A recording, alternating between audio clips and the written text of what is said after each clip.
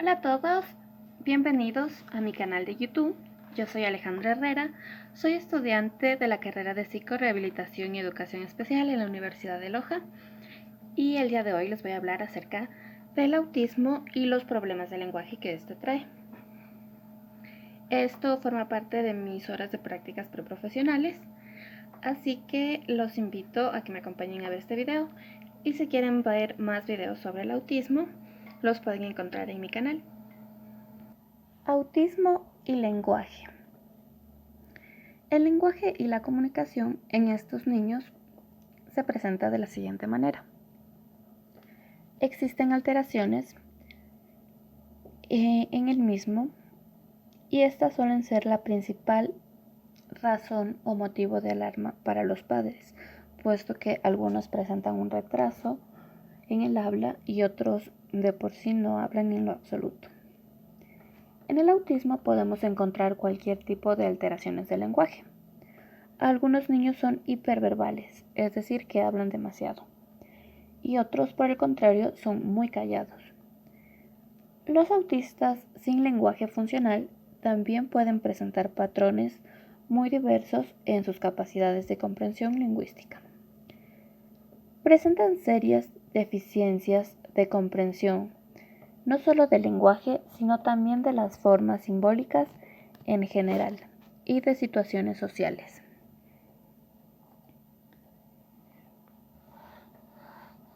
Como rasgos comunes se encuentran la literalidad y la dificultad para comprender las emisiones, así como las intenciones que éstas transmiten. Es decir, estos niños no entienden las bromas, no comprenden el sarcasmo y se toman todo muy literal. Hay una ausencia o seria deficiencia de pautas protodeclarativas. Para ellos, mantener una conversación efectiva puede resultar muy difícil y les causa cierta angustia. No parecen comprender que la conversación implica un intercambio de información, puesto que cuando uno se les hace una pregunta, ellos no la responden, sino más bien la repiten. Se registran carencias notorias como falta de narraciones espontáneas, limitaciones en el diálogo y escasos desarrollos de todas las formas discursivas de matriz declarativa. Las palabras del contenido abstracto y los verbos mentales suelen estar muy ausentes en su lenguaje. Pueden emitir frases completas de carácter ecolático y con un grado de funcionalidad variable. Es común la inversión de pronombres personales o personas verbales. Es decir, ellos en vez de decir quiero agua, dicen quieres agua. No comprenden los enjuiciados con doble sentido, la ironía o el sarcasmo, ni enunciados con un sentido metafórico no literal. Es decir, estos niños se toman muy a pecho cuando uno dice alguna oración con sarcasmo, piensan que es literal. Presentan alteraciones prosódicas con una pronunciación de aspectos monótonos o automáticos, no matizadas en cuanto a la entonación o con perturbaciones de volumen y ritmo. En el lenguaje de estos niños también hay una afectación pragmática y sus emisiones llegan a desconocer las reglas conversacionales básicas. Son muy cohibidos, muy callados y raramente relatan experiencias pasadas o transmiten creencias o comparten sus pensamientos. No suelen efectuar comentarios sobre objetos o sobre otras personas que les causen intriga o curiosidad. Estos niños tienden a emplear secuencias simples de pregunta-respuesta como recursos únicos o simples para iniciar o mantener conversaciones. presentan dificultades para adaptar el tono de voz, y los datos demuestran que los componentes relacionados con la pragmática, la semántica y la prosodia se encuentran más afectados que los referidos a los fonológicos, morfológicos y sintáxicos. La información compartida en este video se encuentra en el libro Manual de Logopedia de Jordi Peña 2014. Muchas gracias por ver con nosotros este video, y si quieren saber más sobre el trastorno autista, pueden ver más videos como este en mi canal.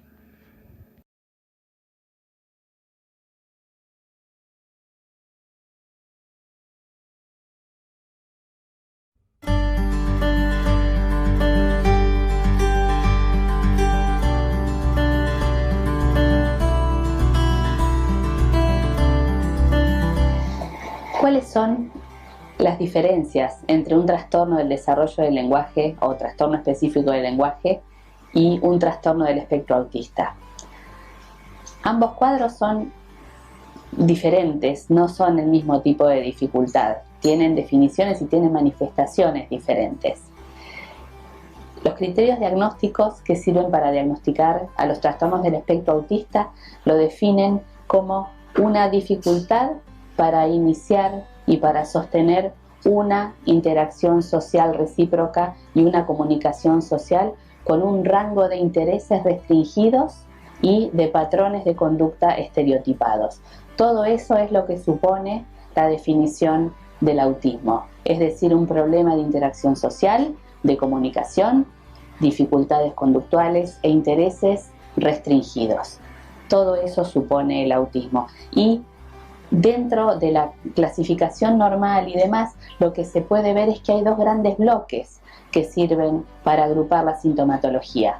Por un lado, el bloque de dificultades sociocomunicativas y por el otro lado, el bloque de las dificultades conductuales y de las dificultades del procesamiento sensorial. En el autismo hablamos de una serie de módulos a analizar, una serie de ítems que podemos identificar en distintos tipos de cuadros y que nos van a indicar qué tipo de dificultad presenta el niño. Sabemos que el autismo o los trastornos del espectro autista o la condición del espectro autista y demás tiene una enorme variabilidad, no todos los chicos son iguales, ¿sí? La variabilidad es enorme y podemos encontrarnos con cuadros muy diversos de acuerdo a cómo se vayan componiendo esos módulos. Para poder hablar de las diferencias entre el trastorno del espectro autista y el trastorno del desarrollo del lenguaje, tengo primero que hablarles de algunas semejanzas. La primera es que ambos son trastornos del neurodesarrollo. No se adquieren por un golpe, no se contagian, no tienen que ver, no los genera la crianza, sino que tienen que ver con aspectos del desarrollo de ese cerebro que se dan de una manera atípica en las primeras etapas madurativas. Las manifestaciones de ambos cuadros, a su vez, varían con la edad. No es lo mismo un niño con TEA o con trastorno del lenguaje a los 3 que a los 13 años. Tienen ambos distintos grados de severidad. En algunos casos la patología va a ser más leve y en otros casos esa condición va a ser más severa.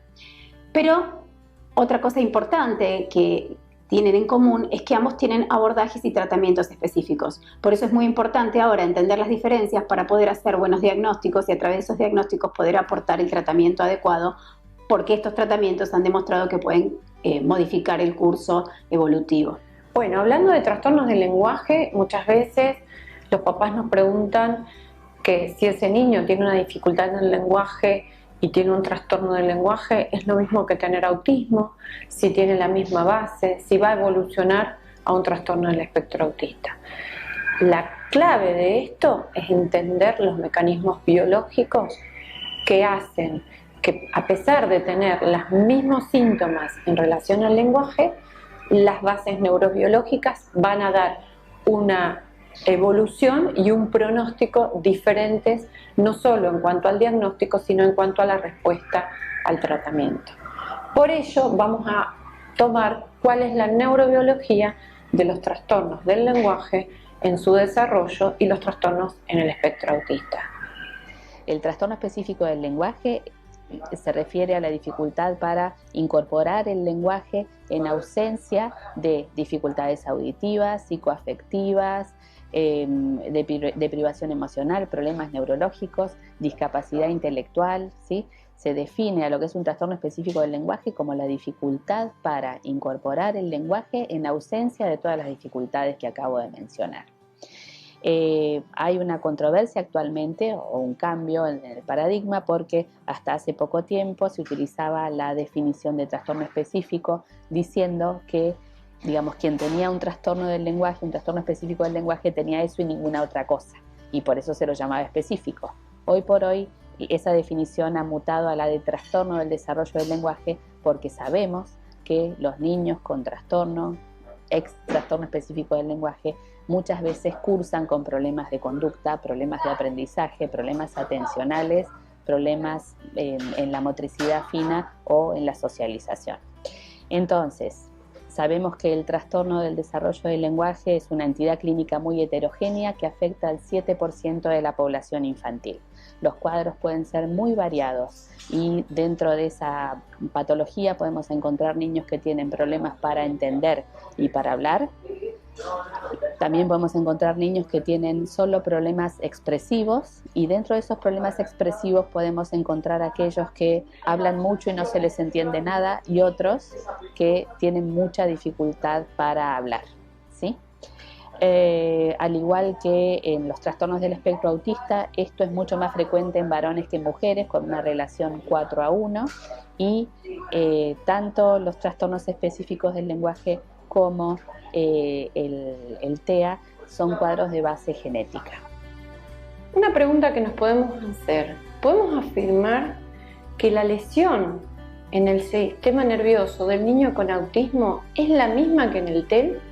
Entonces tenemos que explicar un poco la neurobiología, qué es lo que diferencia al trastorno en el espectro autista y el TEL, cuando vemos en un niño con un trastorno del lenguaje que puede parecer que tiene las mismas dificultades que un niño con TEA.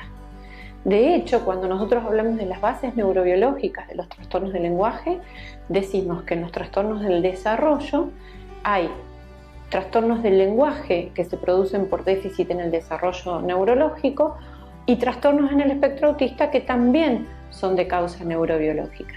Pero también pueden haber niños que tengan trastornos del lenguaje por lesiones adquiridas en el cerebro, como problemas en el parto, accidentes cerebrovasculares, e incluso hay un modo de trastorno del lenguaje producido por epilepsia, el síndrome de Landau-Kleffner. En todos esos casos, lo que se afecta es el funcionamiento de las redes de lenguaje. ¿Cuáles serían las diferencias? La primera es que en el trastorno del desarrollo del lenguaje hay diferentes subtipos, o sea, diferentes cuadros que tienen características específicas.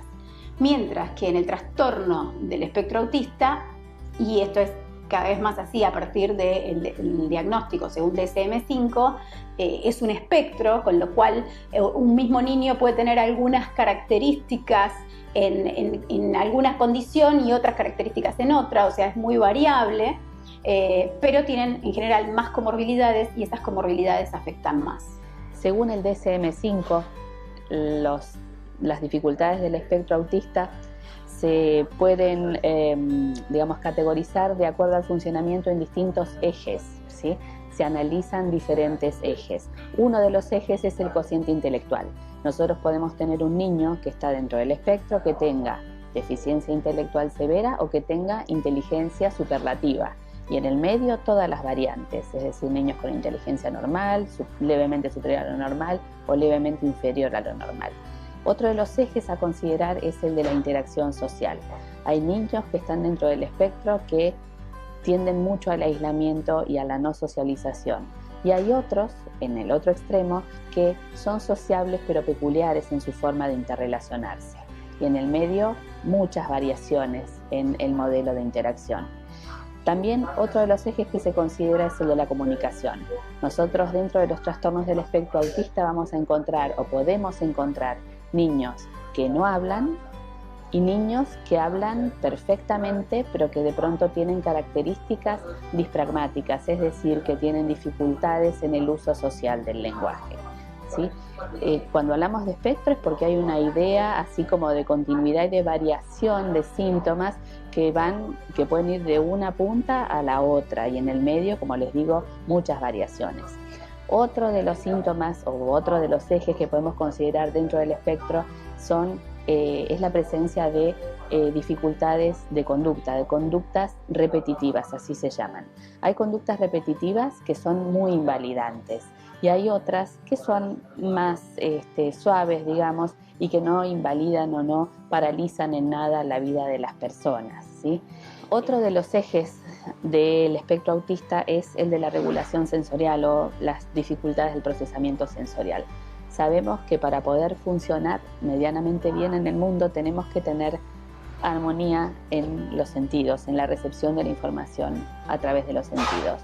Muchas veces lo que ocurre dentro de las personas que están dentro del espectro autista es que hay una disarmonía en el procesamiento sensorial.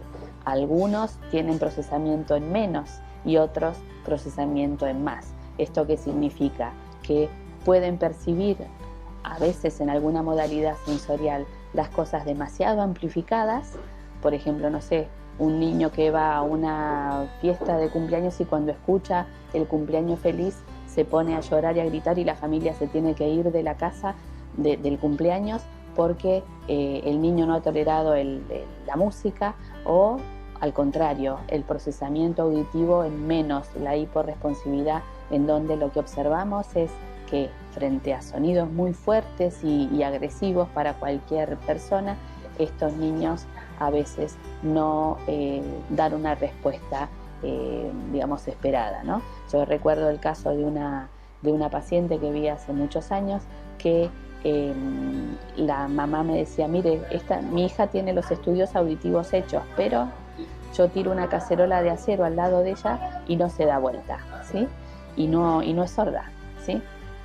En realidad esto responde a una hiporrecepción, una hiporresponsividad a nivel de la audición.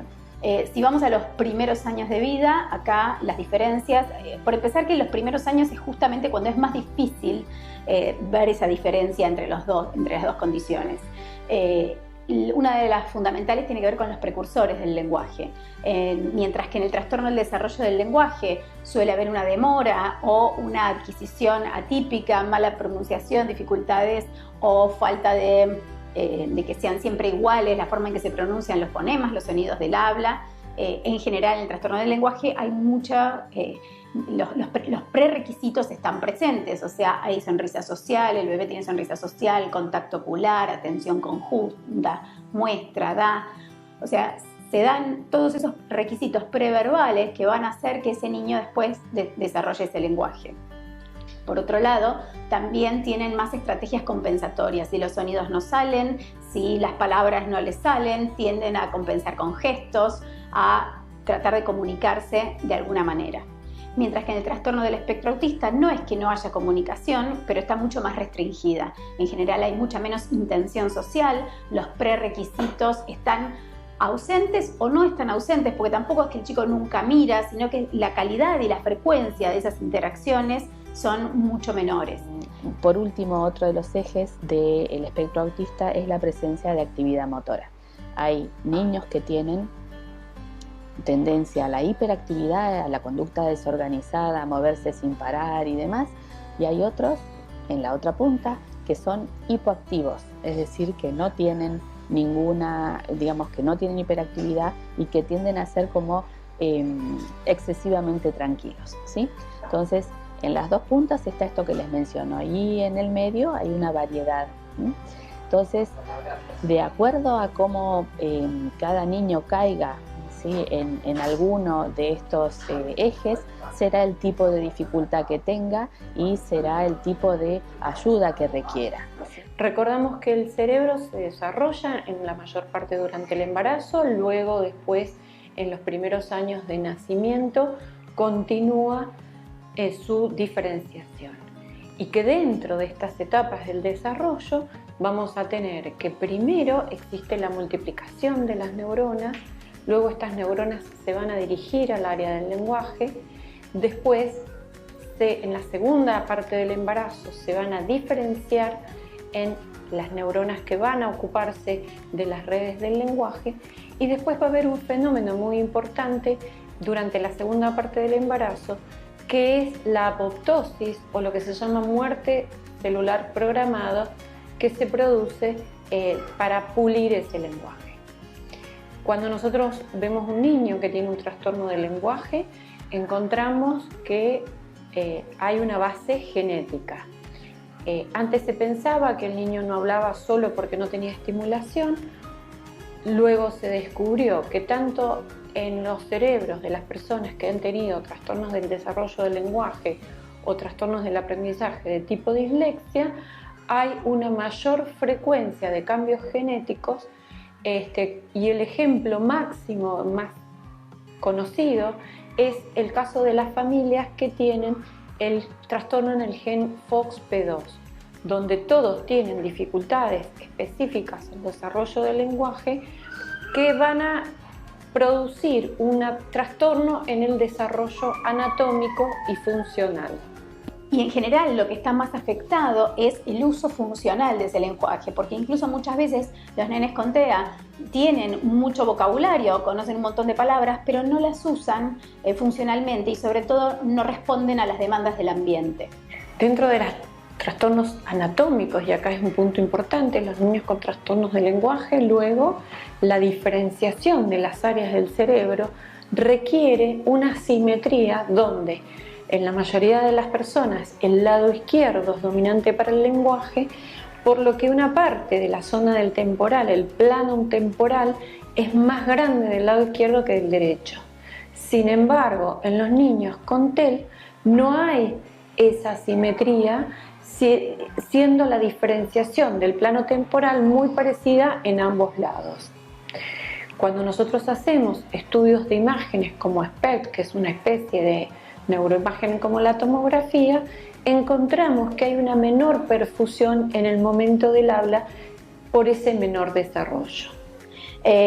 Con lo cual, en el TEA hay más afectación de la comunicación que del lenguaje en principio, mientras que en el trastorno del desarrollo del lenguaje, en principio hay más afectación del lenguaje que de la comunicación.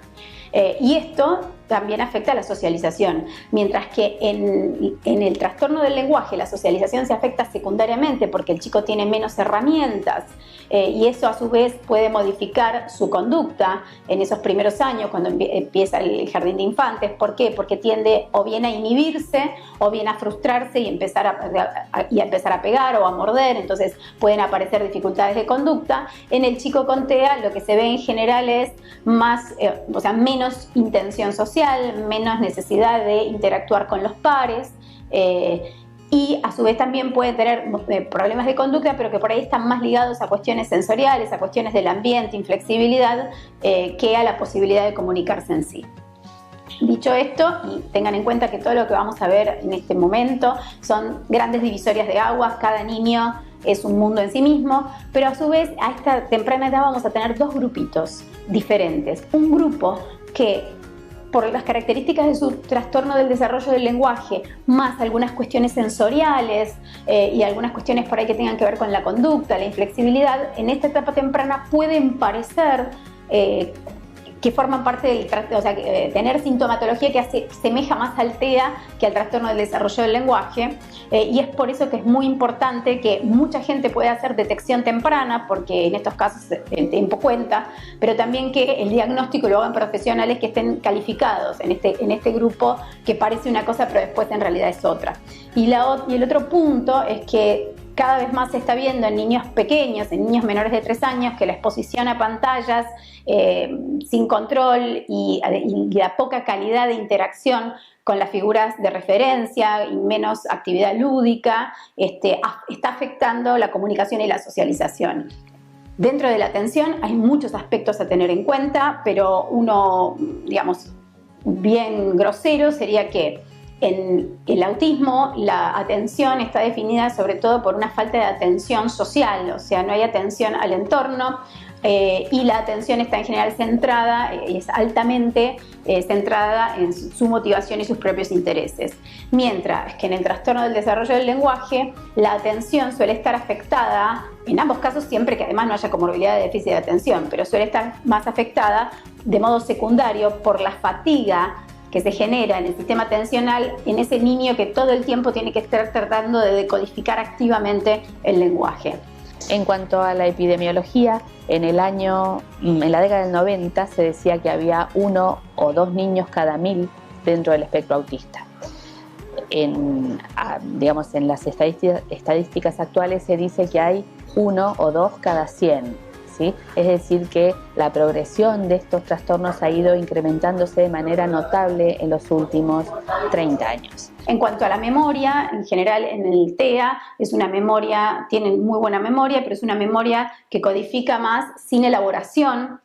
En general, además, la memoria visual supera a la auditiva verbal, pero es una memoria, digamos, que la particularidad o el defecto que puede llegar a tener es que les cuesta elaborar la información, codifican tal cual las propiedades de esos estímulos o de esa información, y entonces en etapas más avanzadas, cuando hay que sintetizar, cuando hay que usar alguna estrategia de codificación, por ahí no se dan cuenta espontáneamente.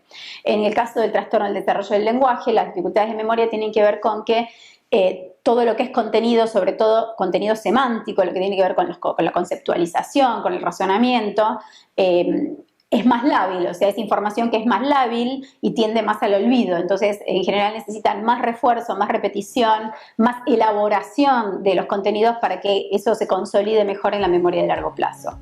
En general, los niños con trastorno del desarrollo del lenguaje tienen buena intención comunicativa. En general, la alteración que presentan se manifiesta en la lentitud, distorsión, omisión, adición, articulación o mal uso de las palabras y las frases. En general, se alteran los componentes internos del lenguaje, como la fonología, la morfosintaxis, aspectos léxicos y aspectos semánticos, y muchas veces también se altera el uso social del lenguaje o la pragmática. La comprensión puede estar afectada o suele estar afectada en los niños con trastorno del desarrollo del lenguaje, pero siempre es mejor la comprensión que la expresión, ¿sí? En cuanto a los niños que están dentro del espectro, en general pueden tener problemas en lo que es el manejo de la intención comunicativa. Suelen tener nula o poca intención comunicativa. En general no suelen tener problemas importantes para pronunciar, para articular las palabras, sino más bien para entenderlas. Con respecto a lo que son las praxias, que es el uso de los objetos, o sea, la realización de movimientos altamente coordinados o complejos o simbólicos, en el caso de los niños con trastorno del espectro autista hay una mayor incidencia de torpeza motriz o dispraxia, no necesariamente tiene que darse. Sí, en el trastorno del espectro autista suele darse por ahí como algo aislado dentro de lo que es lo motor, la disgrafía, la dificultad en lo que es escribir en sí, no en el contenido de lo que se escribe. Mientras que en los niños con trastorno de desarrollo del lenguaje, en principio no tendrían alteraciones de prácticas, excepto el grupo que dentro de los que van a tener dispraxia oral, ¿sí? O sea, donde el componente de dificultad va a ser oromotor, algún grupo en realidad lo que tiene es una dispraxia general que a su vez afecta al oromotor. Si no, se puede tener dispraxia verbal pura sin el componente práctico manual o corporal. Les voy a dar algunas características diferenciadoras que están explicadas en este cuadro, que indican algunas cositas que distinguen a un trastorno del espectro autista de un trastorno del lenguaje mixto y a un trastorno del lenguaje expresivo. Por ejemplo, en cuanto a la mirada, ¿sí? El contacto ocular. Un niño con diagnóstico de TEA no tiene contacto ocular espontáneo. Un niño con un trastorno del lenguaje mixto puede tener o no tener contacto visual, y un niño con un trastorno del lenguaje expresivo sí tiene contacto visual. La atención conjunta, ¿sí? Que es mirar lo que los demás miran, no está presente en un niño con TEA, por lo menos al inicio del tratamiento, ¿sí? En un niño con un trastorno mixto del lenguaje puede estar o no estar también esa atención conjunta, y en un niño con un trastorno del lenguaje expresivo sí está presente. La anticipación a las rutinas no está presente en un niño con TEA, mientras que en un niño con TEL, sea mixto o expresivo, sí está presente. La realización de peticiones, ¿sí? En un niño con TEA, por lo menos en una primera instancia, no está presente la petición, sino que suelen hacer lo que se llama uso instrumental del adulto o suelen autovalerse, si tratan de conseguir lo que quieren por sus propios medios. Mientras que un niño con TEL mixto puede tener o no tener petición, pero en general muchas veces sí señala, y un niño con un trastorno expresivo sí señala. Balbucean, sí, los 3 cuadros por igual, o sea, en este caso no hay problema. La aparición de las primeras palabras es tardía para los 3 cuadros. Tienen mayor alteración de la comprensión del lenguaje, tanto los niños con TEA como aquellos con trastorno del lenguaje mixto, no así los que tienen trastornos expresivos. Presencia de ecolalias, sí, vamos a encontrar ecolalias en los niños con TEA y también en los niños con trastorno mixto del lenguaje, no en los niños con trastorno expresivo del lenguaje. Después, otra característica diferenciadora que podemos mencionar es que en niños con TEA el juego simbólico no está presente, ¿sí? Por lo menos en una primera instancia, mientras que en los niños con trastorno del lenguaje mixto o con trastorno del lenguaje expresivo sí está presente. Por último, en la adolescencia y en la etapa adulta, las limitaciones finalmente que tenga ese individuo en la socialización, en la conducta, en su rendimiento académico y en la inserción laboral posterior van a estar más ligadas, en el caso del trastorno del desarrollo del lenguaje, a los aspectos formales del lenguaje. O sea, el nivel de lenguaje adquirido finalmente va a determinar un poco cómo se puede insertar más adelante en la vida, mientras que en el trastorno del espectro autista los aspectos más pragmáticos, más funcionales, más sociales del lenguaje son los que pueden llegar a limitarlo. Lo importante es que sea el cuadro que sea, el trastorno de desarrollo del lenguaje o el trastorno del espectro autista, hay que detectarlo lo antes que se pueda, diagnosticarlo de la mejor manera posible, hacer los abordajes y los tratamientos que tengan mejor evidencia científica, con el objetivo de tener a los 25 años un individuo lo más autónomo posible.